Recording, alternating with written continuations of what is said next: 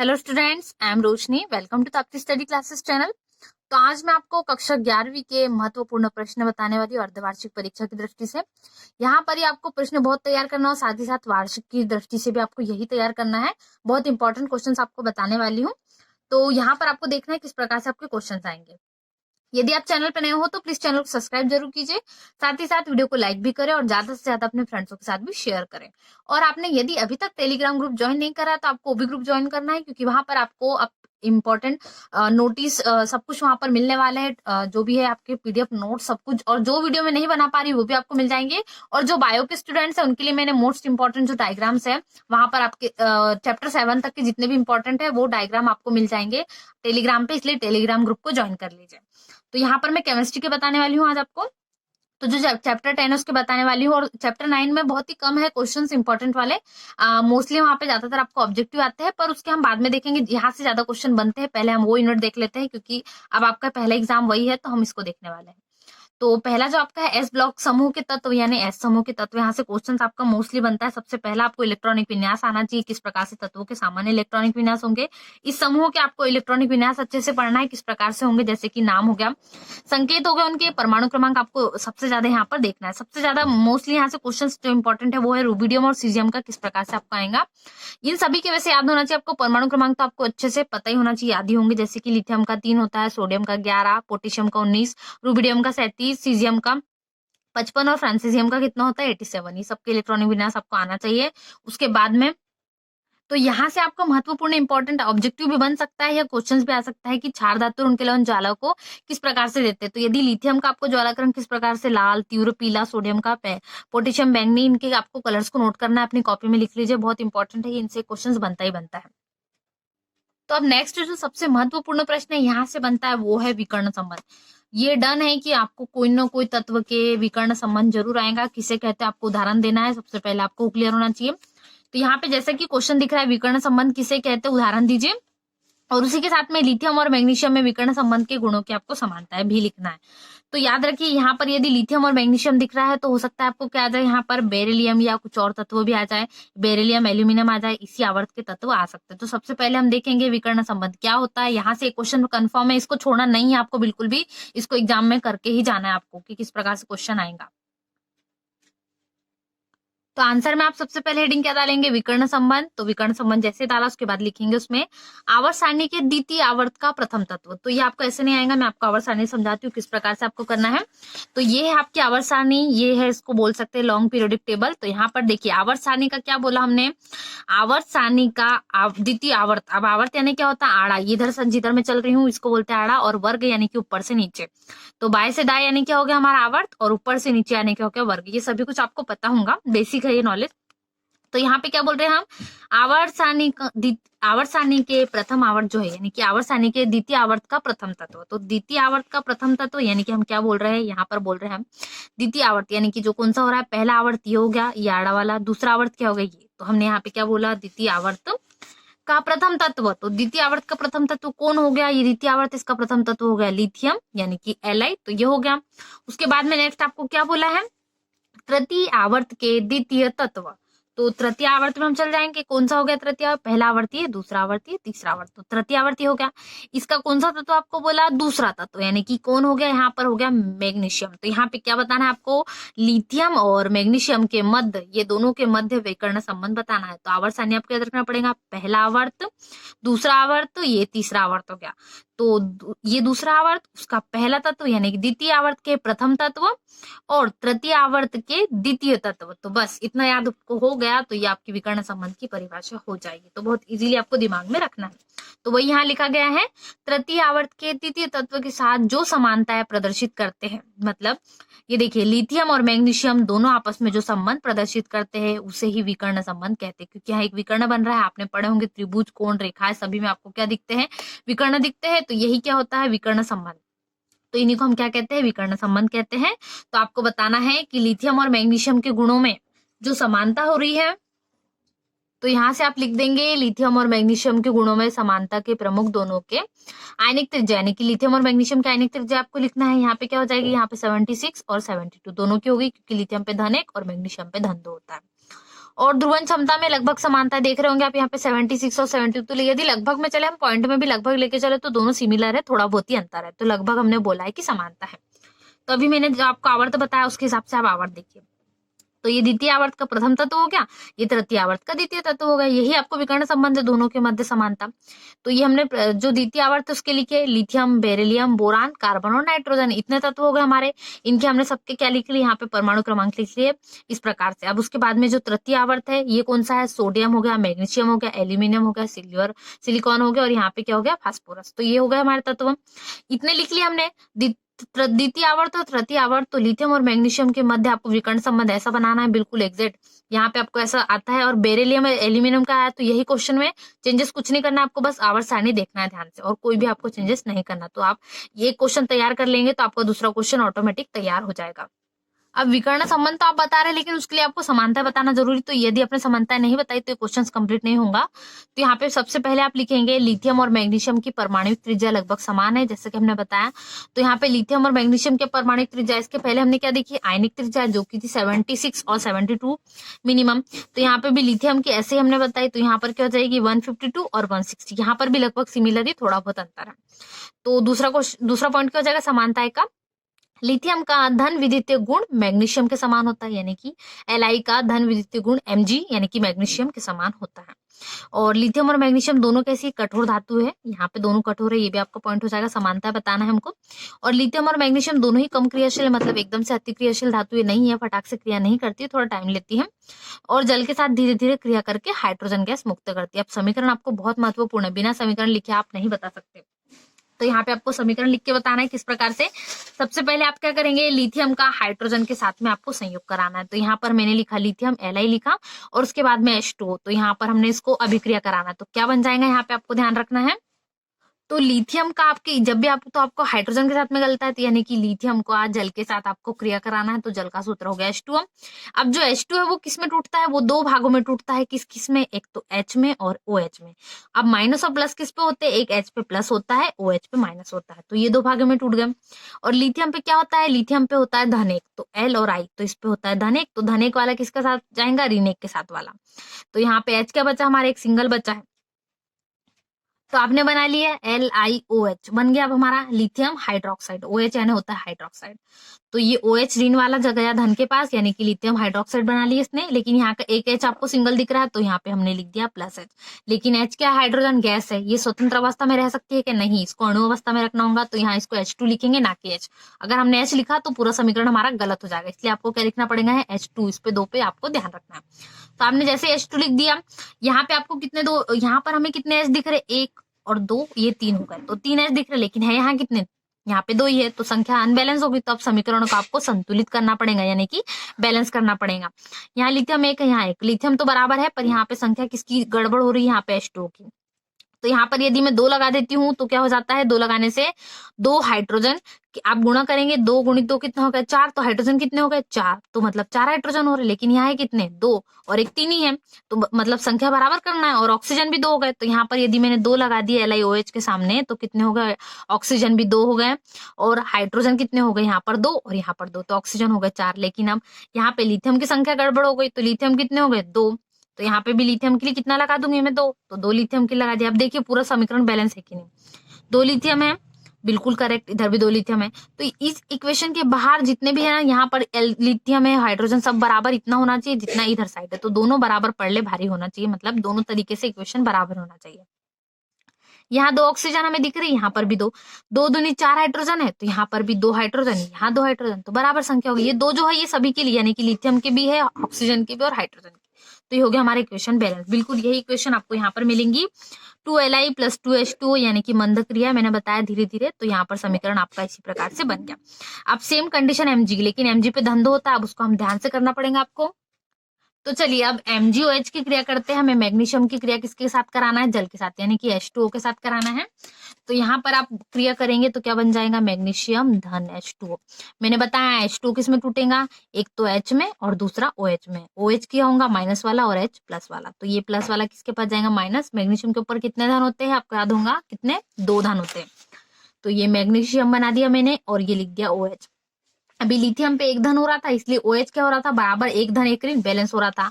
लेकिन यहाँ धन 2 है, यहाँ ऋण 1 तो बैलेंस नहीं हो पा रहा, तो यहाँ पर हम क्या लिख देंगे, OH का होल ट्वाइस, यानी कि मैग्नीशियम का 2 यहाँ गया क्रॉस करके, यहाँ का ऋण 1 यहाँ गया, तो यहाँ पर हमने नीचे तो लिखते नहीं संख्या को, एक से ज्यादा वाले को लिखते हैं। तो होल ट्वाइस कितना लिख दिया, यहाँ पे 2 लिख दिया, तो मैग्नीशियम हाइड्रोक्साइड बन गया। अभी लिथियम हाइड्रोक्साइड बना था, यहाँ का H एक H बचा, इसको सिंगल नहीं लिखते, यानी कि H2 लिख देंगे हम। तो जैसे हमने H2 लिख दिया, यहाँ पे संख्या फिर से कैसी होगी, अनबैलेंस हो गई।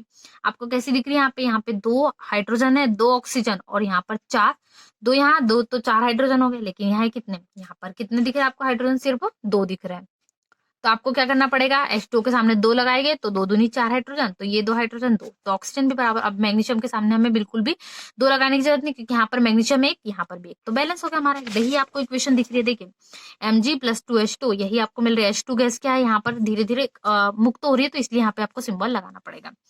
दूसरा, नाइट्रोजन से भी क्रिया, आपको सेम नाइट्राइड ऐसे ही क्वेश्चन बनाना है। लिथियम का नाइट्राइड इसके साथ में करेंगे तो नाइट्राइड होगा, क्योंकि नाइट्राइड पे -3 होते, तो ये ऋण 3 यहाँ गया, तो ये बन गया। उसके बाद में मैग्नीशियम से भी सेम आप बना लेंगे।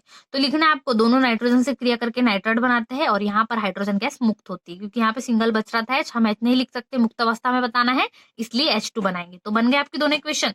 अब नेक्स्ट पॉइंट होगा, तो छठवां पॉइंट समानता में क्या हो जाएगा, आप लिथियम की क्रिया सिर्फ ऑक्सीजन के साथ कराएंगे, तो धीमी गति से क्रिया करके क्या बनाता है, मोनो ऑक्साइड बनाते हैं। मतलब लिथियम प्लस O2, यानी कि Li प्लस O2 क्रम। तो Li क्या हो गया, Li पे धन 1 होता है, जबकि ऑक्सीजन पे ऋण 2, तो यहाँ ऋण 2 हो गया Li2। अब लिथियम के 2 हो गए, लेकिन यहाँ पे कितने हैं, इसको मैं आपको अच्छे से क्रिया करके बताती हूँ किस प्रकार से आपको करना है। तो आपने लिख दिया लिथियम प्लस O2, लिख दिया। आपको सीधे सीधे बनाना है, तो लिथियम ऑक्साइड बनाना है, तो ये बन गया Li, ये लिख दिया मैंने। लिथियम पे कितने धन 1, तो यहाँ पे धन 1 तो लिखेंगे नहीं। ऑक्सीजन पे कितने ऋण 2, तो ऋण 2 हमने लिख दिया Li2। तो यहाँ पे कोष्टक लगाने की जरूरत नहीं, क्योंकि लिथियम एक अकेला है, तो यहाँ पे Li हमने 2 लिख दिया, O लिख दिया। लेकिन यहाँ पे O कितने हो गए, लिथियम हमारे 2, और ऑक्सीजन कितने हैं 2, तो यहाँ इनबैलेंस हो गया। तो यहाँ पे जैसे ही मैंने ऑक्सीजन की संख्या 2 की, तो लिथियम 4 हो गया, तो 2 दूनी 4, यानी कि यहाँ पे मुझे 4 Li लगाना पड़ेगा, तो ये हो गया 4। इसी प्रकार से आप मैग्नीशियम का भी कर सकते हैं, बिल्कुल ऐसे करना है आपको। बस मैग्नीशियम पे कितने, धन 2 ऋण 2 बराबर हो गए, तो MgO बन गया। लेकिन है कितने ऑक्सीजन 2, तो यहाँ पे 2 ऑक्सीजन की लगा दिया, तो मैग्नीशियम डबल हो गए, तो मैग्नीशियम को यहाँ डबल कर दिया। यहाँ 2 Mg है, यहाँ पर भी, यहाँ 2 ऑक्सीजन है, यहाँ भी 2 ऑक्सीजन है, तो संख्या बराबर। इसी को बैलेंस बोलना बोलते हैं, समीकरण को संतुलित करना। इस पे भी आपको क्वेश्चन बनने वाले हैं, तो आपको इस पे भी तैयार रखना है। फिर लिथियम क्लोराइड, क्या होगा फॉर्मूला लिथियम क्लोराइड का, आपको याद होगा। तो LiCl, Cl के ऊपर कितने ऋण, 1 ऋण, और लिथियम के ऊपर 1 धन, तो ये धन 1 ऋण 1, दोनों कैसे हो गए आपस में बैलेंस, यानी कि लिथियम क्लोराइड का फॉर्मूला हो गया LiCl। दूसरा है MgCl2, ये किसका फॉर्मूला हो गया, ये मैग्नीशियम क्लोराइड, क्योंकि Mg पे धन 2 यहाँ चला गया, Cl पे 1 ऋण यहाँ चला गया, तो MgCl2 बन गया। तो यही दोनों में कैसा होता है, इनके दोनों के व्यवहार समान होते हैं। मतलब जो मैंने बताया LiCl और MgCl2 दोनों के व्यवहार समान होते हैं। दोनों धातु के कार्बोनेट, यानी कि अब ये कार्बोनेट क्या होता है, कार्बोनेट यानी कि CO3, तो CO3 पे कितने ऋण, CO3 पे होते हैं ऋण 2, तो यहाँ पे LiCO3 का फॉर्मूला क्या बन जाएगा, Li2CO3। उसी प्रकार से मैग्नीशियम के साथ में करूंगी, तो मैग्नीशियम पे धन 2, CO3 पे भी ऋण 2, तो धन 2 और ऋण 2 कैसे हो गए, बराबर हो गए, तो MgCO3 बन गया मैग्नीशियम कार्बोनेट। तो यही बचा है इनके कार्बोनेट हाइड्रोक्साइड जो हमने देखे, MgOH और LiOH। इस प्रकार से ये और फास्फेट जल में अविलेयशील है, मतलब ये नहीं खुलते हैं जल्दी से। उसके बाद 9वां पॉइंट है, लिथियम और मैग्नीशियम के हैलाइड, एल्कोहल और अन्य कार्बनिक विलायकों में विलय। हैलाइड मतलब यही जो हमने बनाए क्लोराइड वगैरह, ये हैलाइड।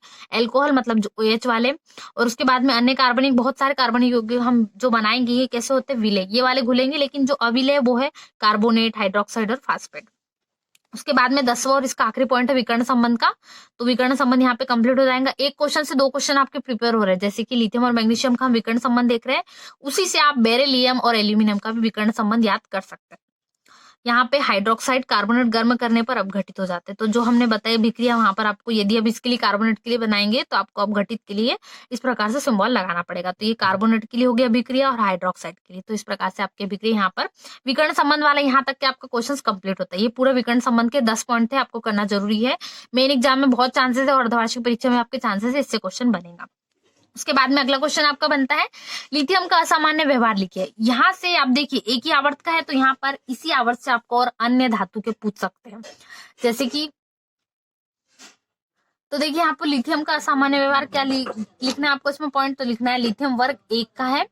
वर्ग 1 यानी कि ऊपर से नीचे है, धातु के रूप में प्रथम तत्व है।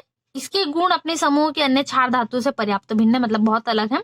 अर्थात लिथियम अपने समूह के अन्य तत्वों से असामान्य व्यवहार प्रदर्शित करता है। किस प्रकार से करता है उसके पॉइंट वाइज आपको पॉइंट लिखना है। तो यहाँ पे मैक्सिमम 4 पॉइंट आएंगे। तो देखिए इसके पॉइंट हो जाएंगे, लिथियम परमाणु एवं आयन का आकार बहुत छोटा होता है, पहला पॉइंट हो गया। दूसरा क्या हो जाएगा, छोटा आकार होने के कारण लिथियम आयन की ध्रुवण क्षमता अधिक होती है, बहुत छोटा आकार होता है इस कारण से इसकी ध्रुवण क्षमता बहुत अधिक होती है। अगला हो जाएगा, इसके इलेक्ट्रॉनिक विन्यास में डी ऑर्बिटल अनुपस्थित रहता है, जैसे कि हमने शुरू में ही पूरे इलेक्ट्रॉनिक विन्यास देखे तो वहां से बहुत महत्वपूर्ण है। तो वहां पर डी ऑर्बिटल क्या था, अनुपस्थित था। चौथा पॉइंट हो जाएगा, अन्य क्षार धातु की तुलना में क्या होता है, लिथियम की विद्युत धनात्मक प्रकृति कम होती है तथा आयनन विभव कैसा होता है, उच्च होता है। तो ये हो गया लिथियम का असामान्य व्यवहार, इससे आपको महत्वपूर्ण प्रश्न बन सकता है। उसके बाद नेक्स्ट क्वेश्चन देखते हैं। तो अभी तक हमने क्षारीय धातु का देखा पूरा, जहां पर हमने लिथियम का देखा किस प्रकार से विकर्ण संबंध मैग्नीशियम के साथ में। अब हमने दूसरे आवर्त में जा रहे हैं, यानी कि क्षारीय मृदा धातु की बात करते हैं। तो यहाँ पे आपको पूरे इलेक्ट्रॉनिक विन्यास आना चाहिए। तो ये हमने इलेक्ट्रॉनिक विन्यास आपको अच्छे से लिखना है, साथ ही अपनी कॉपी में भी नोट करना है, बहुत इंपॉर्टेंट है। तो ये आपको देखना पड़ेगा, जैसे कि बेरिलियम का हो गया परमाणु क्रमांक 4, मैग्नीशियम का 12, कैल्शियम का 20 और स्ट्रॉन्सियम का हो गया 38। तो ये आपको याद रखना है, इलेक्ट्रॉनिक विन्यास निकालते आना चाहिए किस प्रकार से है, पूरे आपको अच्छे से क्लियर होना चाहिए। तो हमने लिथियम का भी देखा किस प्रकार से इलेक्ट्रॉनिक विन्यास था। तो अब बढ़ते हैं नेक्स्ट क्वेश्चन की ओर। तो जैसे कि हमने क्षारीय धातु में भी देखा, वहां पे भी आपको ज्वाला परीक्षण इंपॉर्टेंट है। तो यहाँ पे क्षारीय मृदा धातु में भी आपको याद रखना, जैसे कि कैल्शियम, स्ट्रॉन्सियम और बेरियम किस प्रकार से इनके भी कलर आते हैं, ज्वाला का रंग किस प्रकार से देते हैं, ये भी आपको ऑब्जेक्टिव में आ सकता है समटाइम। तो देखिए इस चैप्टर सबसे ज्यादा मैंने आपको जो विकर्ण संबंध बताया, उसके अलावा यदि आपको विकर्ण संबंध ऐसा नहीं आता है लिथियम मैग्नीशियम का, तो क्या आएगा, बेरिलियम और एल्यूमिनियम का विकर्ण संबंध आएगा। यहाँ पर भी आपको क्या बोले, वो बोलेगा विकर्ण संबंध बताइए। तो हो सकता है किसका आ जाए, बेरिलियम और एल्यूमिनियम को। तो आपको बस सेम टू सेम करना, एक यदि आपने याद कर लिया तो बाकी भी आपके बिल्कुल वैसे ही बन जाएंगे, तो आपको ज्यादा दिक्कत नहीं जाएगी। तो देखिए इसको आवर्त सारणी के द्वारा मैं आपको बता देती हूँ कैसे आएगा। आपको यहाँ पे आ सकता है बोरान और सिलिकॉन का किस प्रकार से संबंध आएगा। उसके बाद में कार्बन और फास्फोरस का आ सकता है, नाइट्रोजन सल्फर का। इसी प्रकार से आपको विकर्ण संबंध आ सकते हैं। तो यही मैं आपको बता रही हूँ किस प्रकार से आपको आएंगे, यहाँ पर आपको नोट करना है। तो यही विकर्ण संबंध सेम टू सेम आपको किसमें, जैसा मैंने बताया आपको किसके लिए, लिथियम और मैग्नीशियम के लिए, वैसे ही बेरिलियम और एल्यूमिनियम के लिए, बोरान और सिलिकॉन के लिए, और कार्बन और फास्फोरस, इतने आपको विकर्ण संबंध आ सकते हैं। यदि लिथियम और मैग्नीशियम का नहीं आता है तो विकर्ण संबंध तो आएगा ही आएगा, लेकिन बेरिलियम मैग्नीशियम ना दे तो क्या देंगे, वो देंगे आपको बोरान सिलिकॉन दे देगा, कार्बन फास्फोरस दे देगा, बेरिलियम एल्यूमिनियम या लिथियम मैग्नीशियम। इतने चारों में से आपको कोई ना कोई विकर्ण संबंध डेफिनेटली बनता है। तो बस एक विकर्ण संबंध याद कर लीजिए, लिथियम और मैग्नीशियम, तो आपको पूरे बन जाएंगे। तो बहुत महत्वपूर्ण है, इसको छोड़ना नहीं है, जैसा कि मैंने बताया। तो जहां जहां लिथियम मैग्नीशियम वहां पर आप कंटिन्यू कर सकते हैं, बेरिलियम और एल्यूमिनियम थोड़ा बहुत चेंजेस करना है, बट क्रिया आपको वैसी कराना जैसे हमने लिथियम में करा है, तो वहां पे बेरिलियम की करा देंगे, फिर एल्यूमिनियम की। तो सेम टू सेम आपके बहुत सारे 3 क्वेश्चन के साथ में आपको एक क्वेश्चन यदि तैयार है तो 3 क्वेश्चन आपके तैयार हो जाएंगे। तो चलिए देखते हैं नेक्स्ट और क्या इंपॉर्टेंट है। तो जो हमने ज्वाला परीक्षण देखा है क्षारीय मृदा धातु का, वहां पर हमने देखा बेरिलियम और मैग्नीशियम क्या दिख रहे थे, हमें नहीं दिख रहे थे उस चार्ट में, मतलब ये दोनों ज्वाला परीक्षण नहीं देते। तो इसका कारण मैं आपको बताती हूँ क्यों नहीं देते, ये भी बहुत महत्वपूर्ण प्रश्न है, मोस्ट टाइम पे आपको आता है। तो लिख देंगे बेरिलियम और मैग्नीशियम ज्वाला परीक्षण नहीं देते क्योंकि इनका आकार कम होने के कारण इनके इलेक्ट्रॉन नाभिक के साथ अधिक मजबूती से जुड़े रहते हैं और ये उच्च ऊर्जा देते हैं, इस कारण पराबैंगनी प्रकाशों से उत्तेजित हो पाते हैं। इसलिए क्या होता है, इनका बुनसन ज्वाला कोई रंग नहीं प्रदान करते हैं। तो बस आपको ये 2 नंबर में आएगा, तो यहाँ पर आप इतना ही कारण दे देंगे कि क्यों प्रदान नहीं करते, ये पूरा हो जाएगा आपका पॉइंट यहाँ क्लियर। तो चलिए देखते हैं अगला प्रश्न क्या है। तो देखिए यहाँ से बेरिलियम का सामान्य व्यवहार भी आपको याद रखना है किस प्रकार से। तो ये किस में आता है, अम्लीय क्षारीय मृदा धातु में आता है, क्योंकि क्या है यहाँ पर इसका परमाणु आकार सबसे छोटा होता है, आयनन विभव अन्य तत्वों की तुलना में अधिक होता है। इसके संयोजी कोश में क्या है, डी ऑर्बिटल नहीं है, जैसे कि हमने देखा उसी प्रकार लिथियम में नहीं था। तो इसकी ध्रुवण क्षमता अधिक होती है जिससे इसके यौगिकों में सहसंयोजिक गुण आ जाते हैं। उसके बाद में जो मैंने आपको बताया था कि जैसे ही आपको यदि नहीं आता है लिथियम मैग्नीशियम, तो कौन सा आएगा दूसरा संबंध, बेरिलियम और एल्यूमिनियम का। तो यही आपको याद रखना है, यहाँ पे कोई चेंजेस नहीं, सेम टू सेम आपको यही करना है, तो कोई दिक्कत नहीं होंगी आपको करने में। तो ऐसा ही आप बेरिलियम और एल्यूमिनियम दोनों के लिए बता सकते हैं। जैसा मैंने बताया आपको क्रिया करवाना पड़ेगा यहाँ पे एल्यूमिनियम और क्लोराइड के लिए, तो इसी प्रकार से आपका पूरी क्रिया हो जाएगी। उसके बाद सबसे महत्वपूर्ण हमारा प्रश्न बनता है अंतर। तो अभी मोस्ट टाइम टू क्वेश्चन यहाँ से बनता है क्षार धातु और क्षारीय मृदा धातु में अंतर, वो भी गुण के हिसाब से।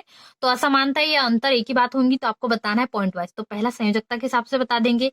वर्ग 1 की संयोजकता क्षार धातु में आती है, तो यहाँ पर 1। उसी प्रकार यहाँ पर संयोजकता हो जाएगी 2। इनको पूरे पॉइंट वाइज आप बना सकते हैं कि क्षार धातु की ऑक्सीकरण संख्या इतनी होती है धन 1, फिर क्षारीय मृदा धातु की धन 2 होती है, फिर घनत्व इनका जल से हल्के होते हैं क्षार धातु है, और ये जल से भारी होती है क्षारीय मृदा धातु है। तो इस प्रकार से आपको अंतर बना सकते हैं किस प्रकार से गलनांक इनका कम होता है, क्षार धातुओं का से इनका अधिक होता है। जल से क्रिया तीव्रता से करते हैं, जबकि क्षार मृदा धातु क्या करते हैं, धीमी गति से करते हैं। उसके बाद में प्रबल धन विद्युतीय गुण होते हैं, और क्षार धातु से में कम होता है विद्युतीय गुण। उसके बाद में 7वां पॉइंट हो जाएगा, जल में अधिक विलय होते हैं और ये जल में कम विलय। कार्बोनेट का बता देंगे कि जल में विलय गर्म करने पर अपघटित नहीं होते, जैसा मैंने पॉइंट में बताया था। उसके बाद में इसमें क्या हो जाएगा, जल में अविलय गर्म करने पर धातु ऑक्साइड व CO2 बनाते हैं। तो दोनों ही क्रिया करने के बाद में क्या क्रिया बनाते हैं वो आपको आ जाएगा। तो यदि लॉन्ग आंसर में भी आता है, दीर्घ उत्तर प्रश्न में भी, तो आपको बिल्कुल डेफिनेटली बन जाएगा। तो आपको याद रखना है, बहुत मोस्टली अंतर है, आपको जल्दी से याद हो जाएगा।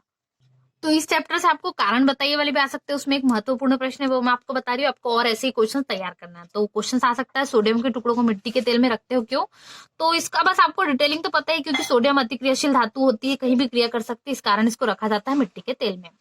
तो अब इस प्रकार से आपको समीकरण भी दे देना है, सोडियम की क्रिया करा देंगे ऑक्सीजन के साथ में, तो इस प्रकार से फिर जल के साथ में और CO2। तो तीनों ही क्रियाओं में आप इसको अच्छे से बता सकते हैं। पूरा आपको डिटेलिंग इस प्रकार से कर देना और समीकरण लिख देना। तो ये आज हमने पूरे महत्वपूर्ण प्रश्न देखे। तो चैप्टर 10 के महत्वपूर्ण प्रश्न हमने देखे पूरे उत्तर सहित। यहाँ पर पूरे महत्वपूर्ण प्रश्न आपके कंप्लीट होते हैं। तो अब नेक्स्ट वीडियो में मैं आपको और चैप्टर के बताऊंगी, तो आपको चैनल पे बने रहना है। और साथ ही साथ जो अदर सब्जेक्ट्स है उनको भी सबको मैं बताने वाली हूँ, तो आपको चैनल पे बने रहना है। साथ ही साथ टेलीग्राम ग्रुप भी ज्वाइन करना है और वीडियोस को ज्यादा से ज्यादा शेयर भी करना है। तो चलिए मिलते हैं नेक्स्ट वीडियो में। Thanks for watching.